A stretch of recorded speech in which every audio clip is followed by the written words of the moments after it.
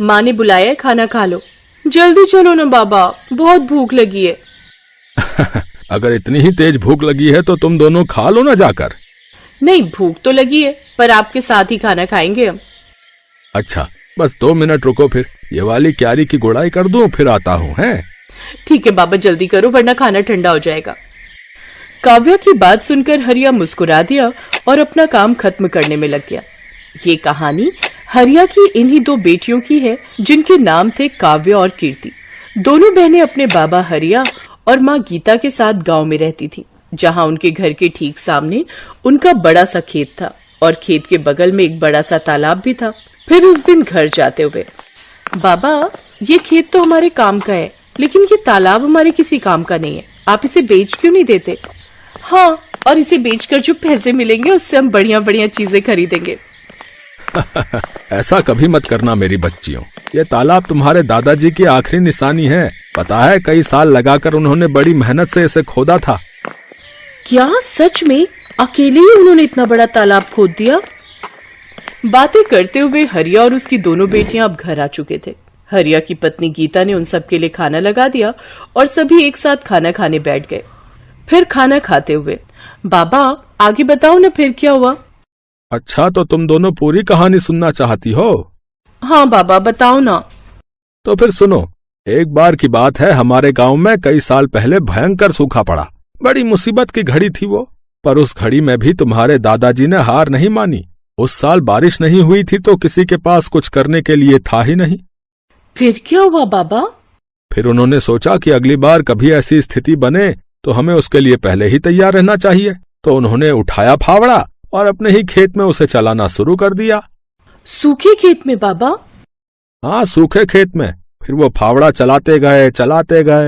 गांव वालों को लगा कि वो पागल हो गए हैं, लेकिन ऐसा नहीं था। कई महीनों तक वो अकेले ही उस खेत को खोदते रहे और फिर धीरे धीरे उसने एक बड़े से गड्ढे का रूप ले लिया, यानी वो तालाब बन गया। फिर उसमें से पानी निकला बाबा? ऐसे थोड़े ही निकल आता है पानी। फिर उन्होंने इंतजार किया। जब बारिश आई तो सब देखते ही रह गए, क्योंकि बारिश के बाद वो बड़ा सा गड्ढा सुंदर सा तालाब बन चुका था और उसमें ढेर सारा पानी जमा हो गया था।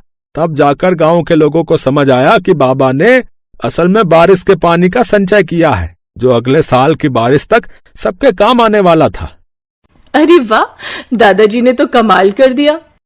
अब तुम्हारे दादाजी नहीं है, लेकिन उनका दिया हुआ ये तालाब और उनकी सीख की मुसीबत की घड़ी में हार नहीं माननी चाहिए, ये आज भी हमारे साथ है बेटा। हाँ, सही कहा आपने बाबा। ओहो, अब कहानी पूरी हो गई हो तो खाना भी खा लो, सारा खाना ठंडा होने को आया है। बाबा, माँ तो बहुत गुस्से में लग रही है। कोई बात नहीं, मुसीबत की घड़ी में हार नहीं माननी चाहिए। अब जल्दी से खा लो, इससे पहले की बात हाथ से निकल जाए। हाँ। काव्या और हरिया फुसफुसाते हुए हंसने लगे। इसी तरह कई साल बीत गए। फिर एक साल उनके गांव में फिर से सूखा पड़ा। परिवार के लिए बड़ी दिक्कत आ गई। हरिया को एक बीमारी ने जकड़ लिया।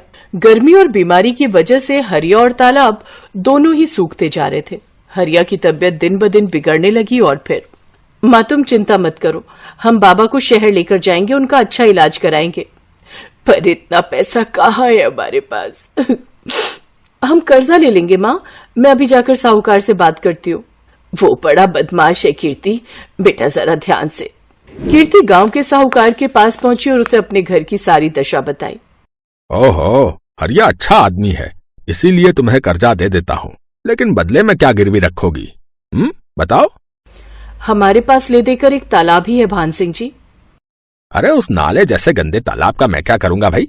उसके बदले तो कोई ढेला भी ना दे। एक काम करो, तुम मुझे अपने खेत के कागज दे दो और 2 लाख रुपए ले लो, ठीक है? कीर्ति अपना खेत गिरवी नहीं रखना चाहती थी, क्योंकि ले देकर उनकी कमाई का एक वही जरिया था। लेकिन उसे न चाहते हुए भी भान सिंह को अपने खेत के कागज देने पड़े और उसने साहूकार से 2 लाख रुपए ले लिए। माँ तुम चिंता मत करो, देखना बाबा का इलाज अच्छे से हो जाएगा, वो पहले की तरह एकदम ठीक हो जाएंगे। हाँ, भगवान करे ऐसा ही हो। थोड़ी देर बाद पूरा परिवार बस में बैठकर शहर के लिए निकल पड़ा। वो लोग शहर के एक बड़े अस्पताल में पहुंचे, जहां उन्हें पता चला कि हरिया की किडनी खराब है और इलाज में 4 लाख रुपए लगेंगे। अब गीता और दोनों बहनें चिंता में आ गई। उन्हें फिक्र सता रही थी कि बाकी पैसों का इंतजाम कैसे होगा। तभी कीर्ति तू एक काम कर, तू काव्या को लेकर गांव जा। वहां छोटे वाले कमरे में एक पुराना संदूक है, उसमें मेरे चांदी के कुछ गहने हैं, जल्दी से वो सब लेकर आ जा। पर माँ उनसे क्या होगा, हमें पूरे 2 लाख रुपए और चाहिए। अरे कुछ तो होगा, बाकी का भी देख लेंगे। गीता की बात मानकर दोनों बहनें वापस गांव चली आईं और घर पहुंचते ही उन्होंने उस संदूक को खोला। ये पहली बार था जब उन्होंने उस संदूक को खोला था। उस संदूक को खोलते ही सबसे पहले ढेर सारी धूल निकली। फिर एक लाल रंग के कपड़े की पोटली थी जिसमें गीता के कुछ गहने रखे थे। हे भगवान, मेरी माँ की शादी की निशानी भी अब हमें बेचनी पड़ रही है, हमारी मदद करो भगवान। कीर्ति की आंखों में आंसू थे। तभी काव्या की नजर संदूक की तली पर पड़ी जो कुछ उठी हुई सी थी। उसने वहां से लकड़ी का वो हिस्सा हटाया तो वहां उसे एक छोटी सी डिबिया नजर आई। दीदी ये क्या है और इसे इतना छुपाकर क्यों रखा है? पता नहीं, रुक मैं इसे खोलकर देखती हूँ। जैसे कीर्ति ने वो डिबिया खोली उसमें एक बड़ी सी चाबी और एक चिट्ठी थी। कीर्ति ने वो चिट्ठी खोली जो असल में उसके दादा ने अपने बेटे हरिया के लिए लिखी थी। कीर्ति ने चिट्ठी को पढ़ना शुरू किया। मेरे बेटे हरिया, मैं जानता हूँ कि तू मुझसे बहुत प्यार करता है, पर अब मेरी उम्र हो चली है और ये बीमारी मुझे अपने साथ लेकर ही जाएगी। तूने अपनी जिंदगी भर की कमाई मेरे इलाज पर खर्च कर दी, लेकिन ये ठीक बात नहीं है। आगे तेरी संतानों को भी पैसों की जरूरत पड़ेगी। एक राज छिपा कर रखा मैंने तुझसे, ताकि तू या तेरी संतानें सही वक्त आने पर उसका इस्तेमाल कर सके। तालाब की खुदाई करते वक्त मुझे कुछ मिला था, ये चाबी तेरी सारी समस्याएं खत्म कर देगी। बस याद रखना कि यह चाबी असल में मेरे दिल की है। दीदी क्या दादाजी ने पैसे या गहने छुपा कर रखे होंगे कहीं? हाँ काव्या, लगता तो ऐसा ही है। तू सोचना, जरूर दादाजी के पास कुछ ऐसा था जिसकी मदद से वो खुद का इलाज करा सकते थे, लेकिन उन्होंने वो हमारे बाबा और हमारे लिए छोड़ दिया और अपने प्राणों का बलिदान कर दिया। पर सवाल ये है कि क्या बाबा को इस बारे में कुछ पता नहीं चला? कैसे पता चलता? कितना छुपाकर तो रखी थी ये डिबिया दादाजी ने। वो तो पता नहीं कैसे मेरी नजर पड़ गई इस पर। लेकिन दीदी ये चिट्ठी के आखिर में किस तरह की पहेली है? अब हम दादाजी का दिल निकाल कर कहाँ से लाएं? बुद्धू वो किसी तरफ इशारा कर रहे हैं। उन्होंने कहा कि ये चाबी मेरे दिल की है। इसका मतलब कोई ऐसी चीज जो उनके दिल के सबसे करीब थी। उनके दिल के सबसे करीब तो बाबा हैं, पर बाबा में चाबी थोड़ी ही लगेगी, कुछ और सोच। हाँ दीदी, उनके दिल के करीब वो तालाब ही है जो उन्होंने बहुत मेहनत से खुद ही खोदा था। शाबाश, सही कहा। पर इतने बड़े तालाब में हम ये चाबी कहाँ लगाएंगे? किस जगह? सोच कीर्ति, सोच। दीदी चाबी तो किसी ताले में ही लगेगी और ताला जरूर किसी चीज की तो सुरक्षा कर रहा होगा। हाँ, जैसे कोई पुराना संदूक, लेकिन वो संदूक पूरे तालाब में कहाँ है ये कैसे पता चलेगा? और पूरा तालाब खोदने में तो बहुत वक्त लग जाएगा। हाँ, और डॉक्टर ने जल्दी पैसे मंगवाए हैं। क्या करे दीदी? मिल गया, मान गई। दादाजी तो बहुत ही समझदार थे। मतलब उन्होंने एक ही पहेली में 2 उत्तर दिए हैं। उनके दिल की चाबी मतलब तालाब, और दिल कहाँ होता है? शरीर के बीचों बीच। तो हम तालाब के बीचों बीच खुदाई करेंगे, वो भी रात को। वाह दीदी, क्या दिमाग पाया आपने। वैसे दीदी एक बात तो माननी पड़ेगी, दादाजी बहुत समझदार थे, लेकिन शायद वो जानते थे कि उनकी आने वाली पीढ़ियां भी बहुत समझदार होंगी, तभी तो उन्होंने इतनी मुश्किल पहेली रखी थी। काव्या की बात सुनकर कीर्ति मुस्कुरा दी और फिर रात में उन दोनों ने तालाब के बीचों बीच खुदाई शुरू कर दी। और थोड़ी सी खुदाई के बाद उन्हें वहां से वाकई एक संदूक मिला, और फिर जब उसे खोला गया तो उसमें ढेर सारे सोने के सिक्के थे। दीदी क्या ये सोने के सिक्के हैं? हाँ काव्या, दादाजी ने सही कहा था कि सारी मुश्किलें हल हो जाएंगी।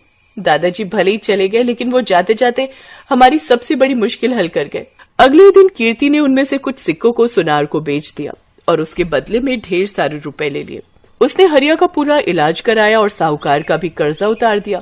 फिर एक दिन घर में, बेटा तुमने बताया नहीं कि तुम्हारे पास इतना पैसा आया कहाँ से? कीर्ति ने हरिया को उसके पिताजी की चिट्ठी पकड़ा दी और काव्या ने उसे सारी कहानी बताई।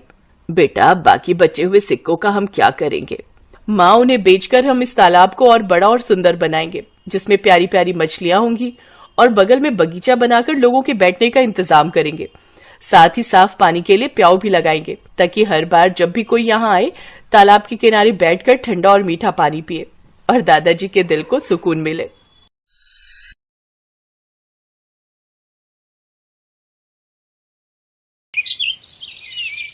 बंटी और बबली दोनों सगी बहनें, दोनों ही एक नंबर की चालाक थी। वो बूढ़ी औरतों का भेष बनाकर अलग अलग गांव में जाती थी और जहां भी सीधी साधी अमीर सेठानी औरतें दिखाई दे उनको ठग लेती थी। अरे मोरी मैया, ये तो सच में जादू हो गया। मुझे भी कोई ऐसी दवाई दे दो। मैं तो बिल्कुल ऐसी 20 साल की जवान लड़की बनना चाहती हूँ। मेरे पति तो मुझे पसंद ही नहीं करते, हमेशा मुझे बुढ़िया बुढ़िया कहकर चिढ़ाते रहते हैं। सही कह रही हो बहन, मेरे पति भी मुझे ऐसे ही सुनाते हैं कि तू तो अब बूढ़ी हो गई है, तेरे ऊपर कुछ पहना ओढ़ा अच्छा नहीं लगता। अब दिखाऊंगी मैं कितनी सुंदर लगती हूँ। वैसे ये दवाई खाकर हम कितने दिन में जवान हो जाएंगे?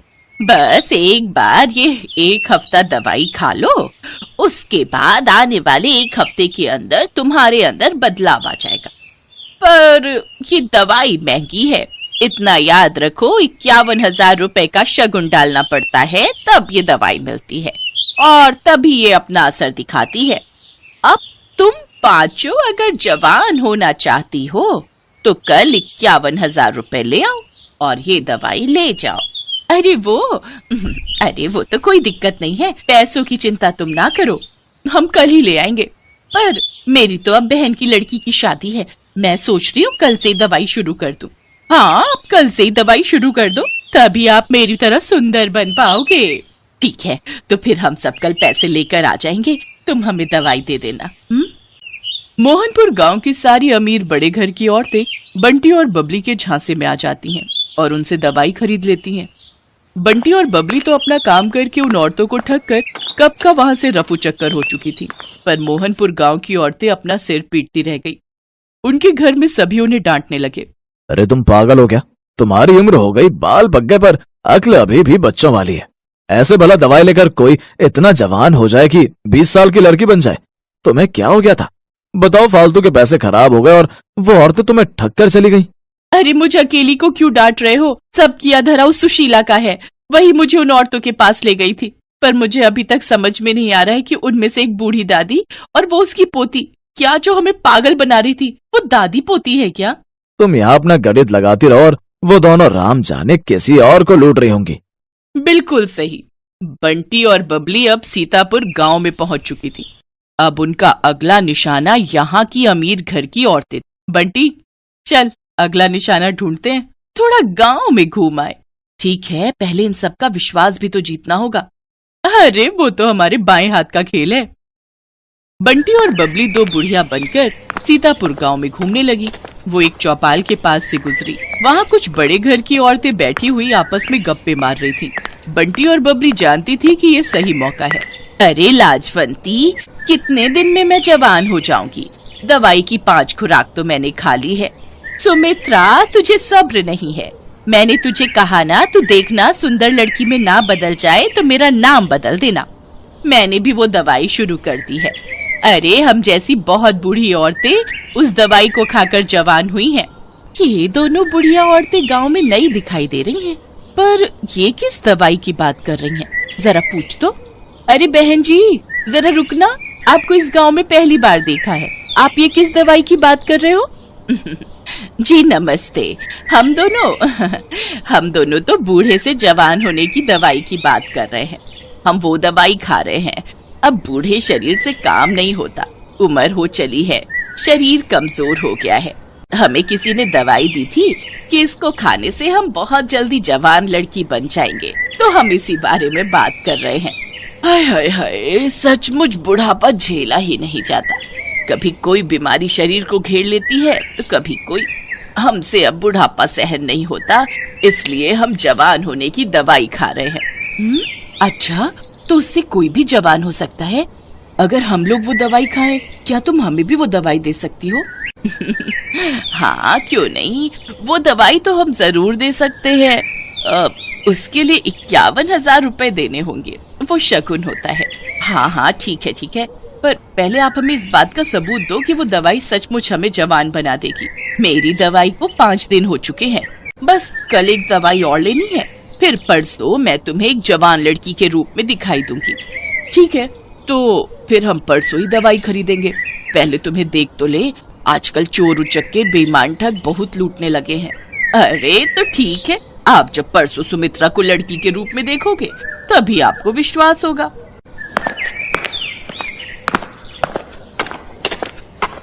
यार बबली, अब कुछ दिनों के लिए बाहर घूमने चलेंगे, बस ये थोड़े और पैसे आ जाए। बहुत थक गई हूँ मैं ये बुढ़िया बन बनकर।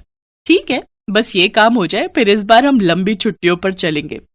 बंटी और बबली इस बार बहुत खुश थी क्योंकि उनके पास इस बार बेईमानी के बहुत सारे पैसे जुड़ चुके थे। अगले दिन गांव की सारी अमीर घर की औरतें बंटी और बबली के पास दवाई लेने पहुंच जाती हैं। ये मेरी ननद है, कल ही दूसरे गांव से आई है। मैंने इसे भी आपके बारे में बताया तो ये बोल रही है कि इसे भी वो दवाई चाहिए जिससे आप बूढ़े से जवान हो जाओ। वैसे आपकी दूसरी साथी कहाँ है? क्या वो जवान हो गई? हाँ बहन जी, वो तो कल रात को ही जवान हो गई थी। अरे सुमित्रा, जरा सामने आ जल्दी से, इन्हें अपना जादू दिखा। सब औरतें चौंक जाती हैं क्योंकि बबली अब एक लड़की के रूप में थी। तभी सेठानी की ननद बोली, क्या बात है? वैसे कितने दिन लगे आपको बुढ़िया से जवान होने में? मुझे तो 1 हफ्ता लगा था। वैसे अब दवाई में नया तरीका अपनाया गया है, आप सबको सिर्फ 2 दिन ही लगेंगे। अब आप जल्दी से ये पैसे जमा कर दो तो हम आपको दवाई दे दें। 2 दिन का इंतजार क्या करना है, मैं आपको अभी लड़की बनकर दिखा देती हूँ। सेठानी की ननद कोई बूढ़ी औरत नहीं थी, बल्कि सेठानी की भतीजी ये सब नाटक कर रही थी, जो पिछली रात ही अपनी बुआ के घर रहने आई थी। जब सेठानी की भतीजी रीमा को ये बात पता चली तो उसे दाल में कुछ काला लगा, क्योंकि उसकी अपनी सहेली की माँ के साथ ऐसा हो चुका था और वो बदमाश औरतें कहीं नहीं मिल रही थी। बुआ जी, ये कोई बूढ़ी औरतें नहीं, ये 2 चालाक लड़कियां हैं। ये ठग हैं, गांव-गांव जाकर सबको बेवकूफ बनाती हैं और पैसे ठगती हैं। असल में इनका नाम बंटी और बबली है। पहले ये 2 बुढ़िया के रूप में गांव में जाती थी, फिर इनमें से एक अपने रूप में वापस आ जाती है। बस यही सारी औरतें धोखा खा जाती हैं। ये अपना मेकअप उतार देती है। अच्छा, ऐसी बात है, हम तो इनके जाल में फंसे ही जा रहे थे। अब तुम दोनों को यहाँ से कोई नहीं भागने देगा। रीमा बिटिया, जल्दी से चौधरी साहब को और बाकी गांव वालों को भी बुला लो, इन दोनों को पकड़ना बहुत जरूरी है। बबली, हमारी चालाकी हम पर भारी पड़ गई, अब तो हमें ये पुलिस के हवाले करके रहेंगे। तुम ठीक कह रही हो बहन, कोई बात नहीं, थोड़े दिन जेल की रोटी खा लेंगे। रीमा की समझदारी से बंटी और बबली, जो कि बहुत समय से लोगों को ठगने का काम कर रही थी, उन्हें पुलिस पकड़ लेती है और उन्हें जेल हो जाती है। दोनों को अपने किए की सजा मिल जाती है। बंटी और बबली दोनों को समझ आ गया था कि चोर कितना भी समझदार हो, कितना भी चालाक हो, पर एक ना एक दिन उसे अपराध की सजा जरूर मिलती। Best buddies. Hello friends, thanks for watching this video. अगर आपको ये वीडियो पसंद आया है तो प्लीज लाइक, सब्सक्राइब, कमेंट्स करें इस वीडियो पर, और हाँ, शेयर करना भी ना भूलें। और भी मजेदार वीडियो देखने के लिए नीचे दिए गए बेल आइकॉन को दबाएं। देखते रहिए बेस्ट बडीज।